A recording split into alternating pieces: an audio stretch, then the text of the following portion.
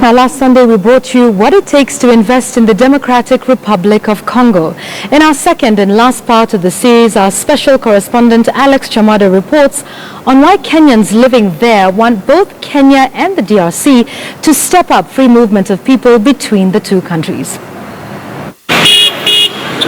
Now, you may be asking yourself, what would a Kenyan be doing in DRC, miles and miles away from home? Kenya's ambassador, Dr. George Masafu, explains the composition of Kenya's diaspora in the country. Kenyans who come here either come on employment, sometimes short-term employment. So they come, after 1 year, they go back. There are others who just come for prospecting. They come and go back. In Kinshasa, most Kenyans here are formally employed by organizations. You cannot go to the street and find somebody with an M-Pesa thing selling there the way we do in Kenya. But when you go to Lubumbashi, you have a lot of entrepreneurs there. Lubumbashi city, that is situated in the southeastern part of the country, hosts quite a number of Kenyans. During my trip to the city, I met them at an evening get-together. Majority of the Kenyans around are actually business people who've started their own ventures. They're mostly venture in logistics, travel agencies.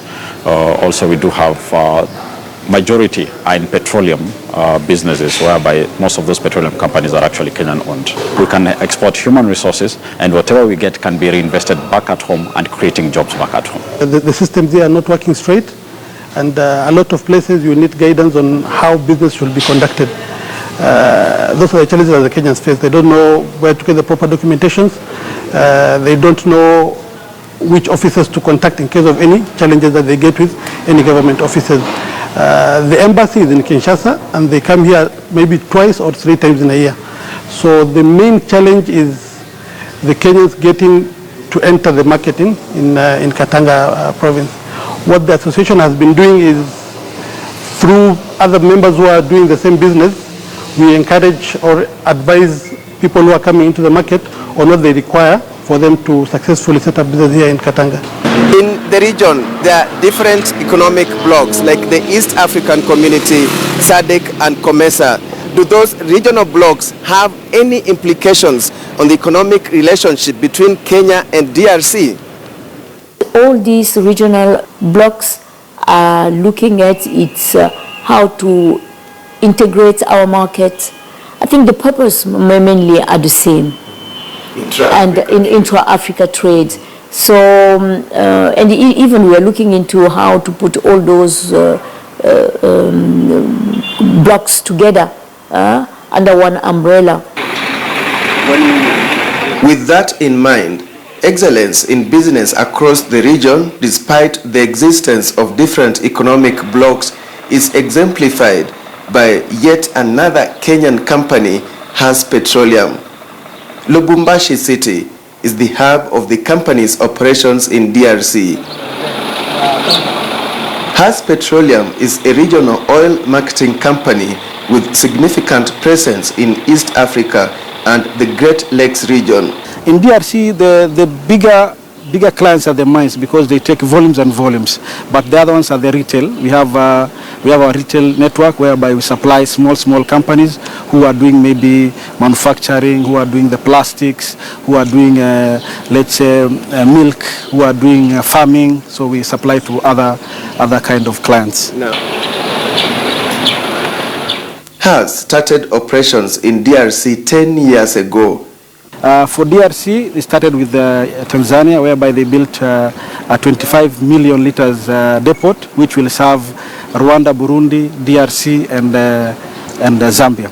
Lubumbashi, part of DRC, is along the copper belt, and the main economic mainstay here is copper mining.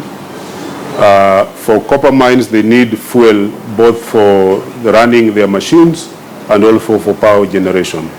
As Petroleum has been a major partner with a lot of these mining institutions and companies for supply of fuel and lubricants for their operations. The Kenyans living in DRC want immigration policies to be streamlined in order to enhance free movement of goods and services between the two countries. The Kenyan ambassador says, in principle, there should be no stringent visa restrictions between the two countries. We know that at our level, a Kenyan should be able to get a visa on arrival in DRC. Practically, a Congolese arriving in Nairobi obtains his visa at the immigration desk. He pays $50. Alex Chamwada for KTN News. All right, so let's switch gears here on Checkpoint tonight, and I want to bring your attention to footage that has been doing rounds on social media for the better part of the day today, and that is apparently showing dares used by Accord leaders, among them Raila Odinga collapsing on them during a campaign rally in the just concluded Malindi by-election. Luckily, there were no injuries. Take a look at this footage that has been trending today.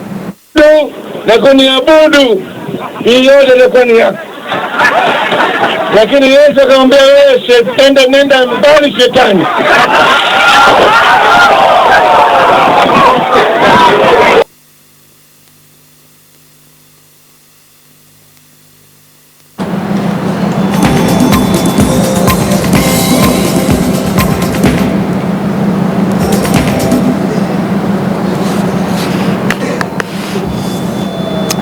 All right, so on Checkpoint tonight, we want to have that discussion on where we are headed to as a nation. And this is a discussion that has been prompted by that article that was written by David Ndii in one of the dailies yesterday. And in it, he outlined what he called 4 squandered opportunities to build nationalism. He talked about a sense of identity, belonging, about communities getting a piece of the pie of the nation. And he had some pretty interesting prescriptions. The hashtag Arrest Ndii was trending all day yesterday and parts of today. So we're going to be discussing the issues in that article. So let's take a look at some of the quotes from this article that he put there. He talked about Kenya being part of an abusive relationship, and it's about time we start talking about ending it. He then went on to break up the country into the various regions to take a look at what their options would be at survival once they secede. And he took a look at the coast region, talking about the coast being, having common language, common heritage, and a long history, and said the coast has all the important building blocks of a successful nation. Talked about that 500-kilometer coastline that would be great and would be, and I quote, will be starting off on a very strong economic footing. That was what he had to say about the coast. Well, what did he say about the Luo nation? He mentioned some of the great leaders from the Luo nation, Jaramogi Oginga Odinga amongst others, and said no other nation has sacrificed so much for so little in the name of Kenya Project. And that's why we're calling it Project Kenya, because that is what this discussion is going to be about. Well, he didn't stop there. He also talked about the Mount Kenya region, and he talked about the fact that the region contributes a disproportionate share of revenue to the exchequer and gets much less than his fair share. But he also went on to talk about the issues of land, especially with the Kikuyus and the Kalenjins in that region. And of course, people continued to perhaps blush at a lot of the suggestions that we had. His article ended on this note. What are we waiting for? A genocide? Reketumanwo, which in Kikuyu in English means let's go our separate ways. What do you think about this article? Is he raising important issues about our nationhood, our nationalism that we need to think about and discuss? I've seen some tweets talking about he's just saying in English what we all say in our ethnic tongues behind closed doors. What do you think about this article? Does it raise some important issues, or is he talking about balkanizing the nation? We'll be talking about that in just a moment. Our guests tonight, we have Dennis Situmbi from State House. We have Honorable Isaac Mara. We also have Patrick Gadara. We will be discussing these issues and more. The hashtag to use is Checkpoint. We'll be doing this after the break. Stay with us.